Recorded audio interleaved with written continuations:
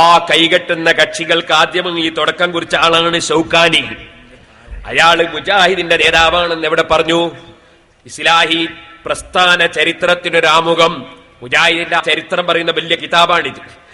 ഈ കിതാബില് അത് മുജാഹിദ് സെന്ററിന് പ്രസിദ്ധീകരിച്ചതാണ്.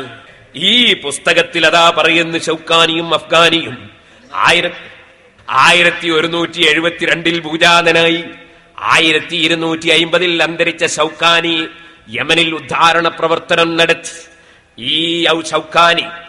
ഈ ഷൗക്കാനിയുടെ ഇയാളാണ് ആദ്യമായി നെഞ്ഞത്ത് കെട്ടണമെന്ന് പറഞ്ഞ ആള്. ഒരു ഇമാമിങ്ങളും അങ്ങനെ പറഞ്ഞിട്ടില്ല. ആ ഷൗക്കാനി എന്ന് പറയുന്ന ആള് അദ്ദേഹത്തിന്റെ തഫ്സീർ എന്ന പേരിൽ എഴുതിയ പുസ്തകമാണിത്. ഈ പുസ്തകത്തിൽ അദ്ദേഹം പറയുന്നത് കേട്ടോ, വലൗ അന്നഹും യളമു അൻഫുസഹും ജാഊക എന്ന ആയത്ത് ഉദ്ധരിച്ചിട്ട് അദ്ദേഹം പറയാണ്, മുതവസ്സിലീന ഇലൈക, നബിയെ തെറ്റ് ചെയ്തു പോയ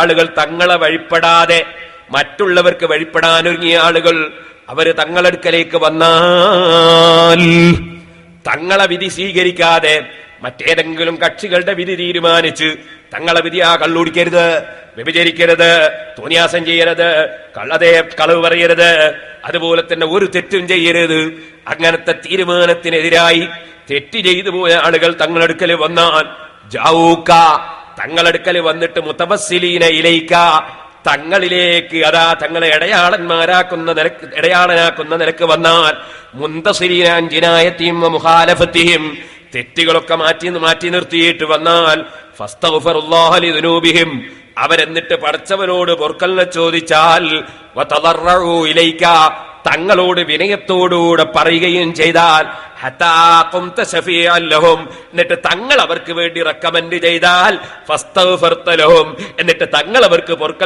പുറത്തു കൊടുക്കാൻ വേണ്ടി അള്ളാഹിനോട് പറയുകയും ചെയ്താൽ നബിയേ ലവജദുല്ലാഹ തവ്വാബർ റഹീമാ,